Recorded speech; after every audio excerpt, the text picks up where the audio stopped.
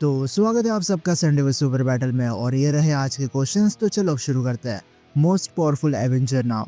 अब जब मैं ये क्वेश्चन कवर कर रहा हूँ तब हाल ही में व्हाट इफ सीजन 3 खत्म हुआ है, तो हो सकता है कि अगर आप सीक्रेट वॉर के आसपास ये वीडियो देख रहे हो तो सुपर हीरोज की सिचुएशन चेंज हो गई हो। पर आज के डेट में सबसे पावरफुल एवेंजर्स की बात करें तो सिर्फ 5 नाम सामने आता है: Hulk, Thor, doctor strange, Scarlet Witch और कैप्टन मार्वल। अब कैप्टन मार्वल को अपनी पावर स्पेस स्टोन से मिली थी, इसलिए वो ऑलरेडी बहुत पावरफुल है। बट कैप्टन ने आज तक सिर्फ उन एनिमीज को बीट किया है जो उससे कमजोर थे। थैनोस और स्कारलेट विच जैसों के आगे कैप्टन मार्वल की पावर ज्यादा काम नहीं आती है। ऊपर से मार्वल के पास एनर्जी बेस्ड अटैक्स है, लेकिन वो स्ट्रेंथ लेवल लैक करती है, इसलिए अभी के लिए कैप्टन मार्वल सबसे पावरफुल एवेंजर नहीं है। फिर आती है स्कारलेट विच, बट अभी के लिए स्कारलेट विच को ऐड नहीं करने वाले, क्योंकि आज की डेट में जिंदा है या मर गई वो किसी को नहीं पता। फिर हल्क की बात करें तो अब वो प्रोफेसर हल्क बन चुका है, जिसके अंदर एग्रेशन की बहुत कमी है। ऊपर से ब्रूस बैनर लड़ाई झगड़े से दूर रहना पसंद करता है, इसलिए हल्क भी लिस्ट से बाहर हो जाता है। फिर आता है थॉर, जो फिजिकली काफी स्ट्रॉन्ग है। लव एंड थंडर में उसने खुद को इमोशनली भी बेटर बनाया, पर थॉर अभी अपने फुल पोटेंशियल पर नहीं है। वो हैंड टू हैंड फाइट में किसी को भी कूट सकता है, लेकिन मैजिक यूजर और कुछ एंटिटीज के सामने थॉर की पावर्स किसी काम नहीं आने वाली। थॉर ने धीरे धीरे करके ओडिन फोर्स यूज करना शुरू कर दिया है, लेकिन ओडिन फोर्स को फुल्ली अनलॉक करने में अभी टाइम है, इसलिए थॉर भी लिस्ट से बाहर हो जाता है। इसलिए आज के डेट में सबसे पावरफुल एवेंजर है डॉक्टर स्ट्रेंज। मैं मानता हूँ स्ट्रेंज फिजिकली एक ह्यूमन है, जो कि कई बार एक डिसएडवांटेज बन जाता है उसके लिए, बट स्ट्रेंज एक मास्टर ऑफ मिस्टिक आर्ट्स है। ये टाइम आने पर यूनिवर्स के इनकर्जन तक करवा सकता है। हमने पास्ट में स्ट्रेंज को यूनिवर्सल और मल्टीवर्सल स्केल पर स्पेल को यूज करते हुए देखा है, और आगे जाकर स्ट्रेंज की स्पेल और बेटर बनेगी, इसलिए डॉक्टर स्ट्रेंज अभी के लिए सबसे पावरफुल एवेंजर है।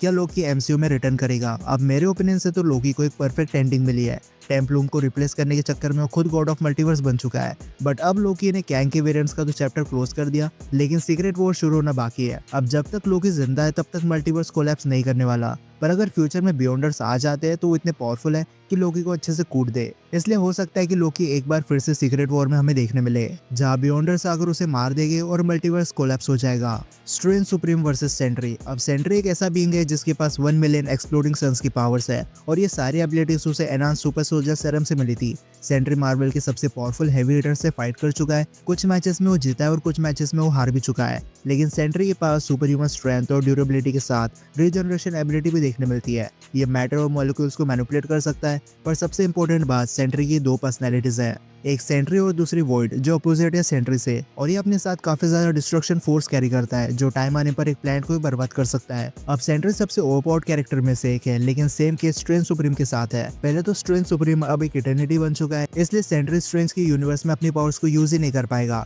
लेकिन अगर हम स्ट्रेंज के ह्यूमन या डीमन फॉर्म को भी लेते हैं, उसके बाद भी स्ट्रेंज सुपीरियर देखने मिलता है। स्ट्रेंज इन्फिनिटी स्टोन से सर्वाइव कर चुका है, इसलिए सेंट्री की 1 मिलियन एक्सप्लोडिंग सन्स की पावर यहाँ किसी काम नहीं आने वाली। ऊपर से स्ट्रेंज के पास टाइम स्टोन है, और टाइम रिलेटेड एबिलिटीज के सामने सेंट्री की पावर यूजलेस है। फिर स्ट्रेंज चाहे तो सेंट्री की डार्क पर्सनैलिटी वॉइड को एब्जॉर्ब करके सेंट्री को मार गिरा सकता है, और ऐसा करना स्ट्रेंज के लिए बहुत छोटी बात है। वो ऑलरेडी कई सारे क्रिएचर्स को अपने अंदर एब्जॉर्ब कर चुका है, और कुछ साल पहले नल ने सेंट्री की डार्क पर्सनैलिटी को एब्जॉर्ब करके उसे मार दिया था। इसलिए हो सकता है कि सेंट्री स्ट्रेंज को फिजिकली फाइट में बराबरी की टक्कर दे, लेकिन स्ट्रेंज के मैजिक और डीमन फॉर्म के आगे वो कुछ नहीं कर पाएगा, इसलिए स्ट्रेंज यहाँ विनर बन जाएगा। Scarlett Witch versus Thanos army. अब थैनोस के पास गैलेक्सी की सबसे खतरनाक आर्मी है, इसलिए एसगार्डियंस को साइड रखे तो कोई भी थैनोस के मुंह नहीं लगता था। पर थैनोस की आर्मी में कई सारे क्रिएचर्स देखने मिल जाते हैं, जैसे चित्तौरी, जिसे सबसे पहली बार 2012 में देखा गया था। इनकी बैटल स्किल्स तो काफी अच्छी होती है, लेकिन साथ में बहुत इंटेलिजेंट रेस से बिलोंग करते हैं, इसलिए इनकी problem solving ability, strategy making और टेक्नोलॉजी वाइज भी काफी अच्छे होते हैं।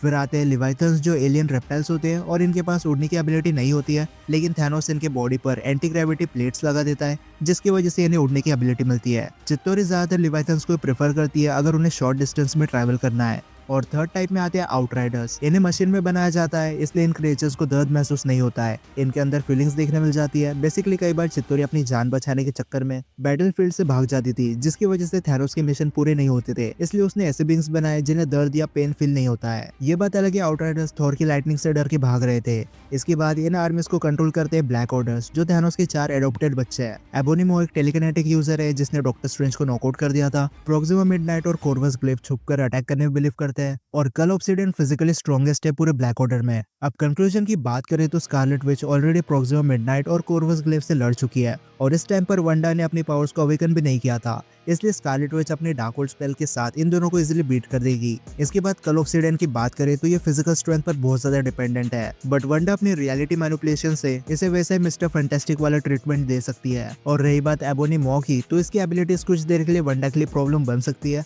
बट वंडा टेलीकिनेसिस को ज्यादा बेटर तरीके से यूज करती है। वंडा चाहे तो एबोनी मॉ पर टेलीपैथिक अटैक्स यूज करके उसे मेंटली हरास कर सकती है, इसलिए चारों ब्लैक ऑर्डर्स नहीं टिकने वाले वंडा के सामने। और अगर बात करें चित्तौरी, लिवाइथन और आउटराइडर्स की, तो स्कारलेट विच वेस्टव्यू की तरह फिर से एक हेक्स बना सकती है, जिसकी चपेट में आते ही ये सब वंडा के कंट्रोल में आ जाएगी। इसलिए जब तक वंडा के पास हेक्स क्रिएशन और रियलिटी मैनिपुलेशन है, वो थैनोस की आर्मी को अकेले कूट सकती है। Captain Marvel versus Hulk childrens. अब लॉजिकली देखा जाए तो हल्क के सिर्फ 2 बच्चे हैं। लड़की का नाम लायरा है जो बाद में जाकर शी हल्क बन जाती है, और लड़के का नाम ऑलमोस्ट हम सबको पता है जो है स्कार। अब लायरा को कॉमिक्स में ज्यादा किसी ने पसंद नहीं किया था, इसलिए एक फीटलेस कैरेक्टर है। सो फीट वाइज देखे तो कैप्टन मार्वल इसे आराम से कूट देगी, लेकिन जब बात आती है स्कार की, तो सिनेमैटिक यूनिवर्स में तो इसका सिर्फ फर्स्ट लुक हमें देखने मिला, बट कॉमिक्स में स्कार कितना भी पावरफुल बन जाए वो हल्क से एक स्टेप नीचे रहता है। और अभी के लिए सिनेमैटिक और कॉमिक्स दोनों साइड कैप्टन मार्वल की फीट्स बेटर है, इसलिए वो बड़ी आसानी से हल्क के दोनों बच्चों को कूट देगी। Star Lord versus Thanos. अब इन्फिनिटी वॉर के टाइटन फाइट में स्टार लॉर्ड और थैनोस फाइट कर चुके हैं, और हमने ये साफ देख लिया कि अगर स्टार लॉर्ड अकेले थैनोस से फाइट करता तो बुरी तरीके से हार जाता,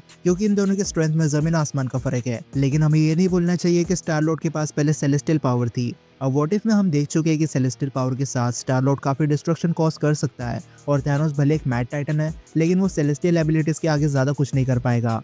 इसलिए डिपेंड करता है थैनोस कौन से वर्जन से फाइट करता है। अगर स्टार लॉर्ड के पास सेलेस्टियल पावर है तो वो जीत जाएगा, और अगर सेलेस्टियल एबिलिटी नहीं है तो थैनोस का जीतना पक्का है। House of M Scarlet Witch versus Strange Supreme. अब ऑलमोस्ट एक डेकेड पहले हाउस ऑफ एम नाम की एक कॉमिक आई थी, जहाँ वंडा इमोशनली काफी डिस्टर्ब हो जाती है, जिसकी वजह से वो इमोशंस में बहकर नो मोर म्यूटेंट्स बोल देती है, और लाखों म्यूटेंट्स अपनी पावर्स को खो देते हैं। पर वंडा एक ऐसी रियलिटी बनाती है जहाँ सारे कैरेक्टर्स को सब मिल जाता है जो उन्हें चाहिए होता है, पर ये सारी एबिलिटी स्ट्रेंज सुप्रीम के सामने किसी काम नहीं आने वाली, क्योंकि ये बंदा अब खुद को एक एटर्निटी बना चुका है। अगर स्कारलेट विच को स्ट्रेंज से फाइट करनी है तो उसे स्ट्रेंज की यूनिवर्स में आना होगा, लेकिन स्ट्रेंज अपने यूनिवर्स के सारे लॉज और प्रॉपर्टीज को कंट्रोल करता है, इसलिए स्कारलेट विच के स्पेल यहाँ काम नहीं आने वाले। So Strange Supreme House of M को बीट कर देगा। Odin versus Infinity Ultron. अब व्हाट इफ सीजन 3 आने से पहले मुझे लगा था कि इन्फिनिटी अल्ट्रॉन का सिर्फ एक वेरिएंट है, लेकिन ऐसा नहीं है। मल्टीवर्स में कई सारे अल्ट्रॉन्स ने इन्फिनिटी स्टोन को हासिल करके अपने यूनिवर्स को बर्बाद किया, लेकिन सिर्फ एक यूनिवर्स के अल्ट्रॉन ने वॉचर की आवाज सुनी और पूरे मल्टीवर्स को ऑलमोस्ट बर्बाद कर दिया। अब इन्फिनिटी अल्ट्रॉन के पास 6 इन्फिनिटी स्टोन्स है, इसलिए उसके पास यूनिवर्सल पावर्स है। वो एक स्नैप में यूनिवर्स को डिस्ट्रॉय करके फिर से बना सकता है। इनफैक्ट वॉचर और स्ट्रेंज सुप्रीम जैसों को भी काफी स्ट्रगल करना पड़ा था इन्फिनिटी अल्ट्रॉन को अकेले बीट करने के लिए। पर जब बात आती है ओडिन की, तो ये थॉर का फादर है, लेकिन पहले एसगार्ड का किंग था और 9 रियल्म्स का प्रोटेक्टर भी।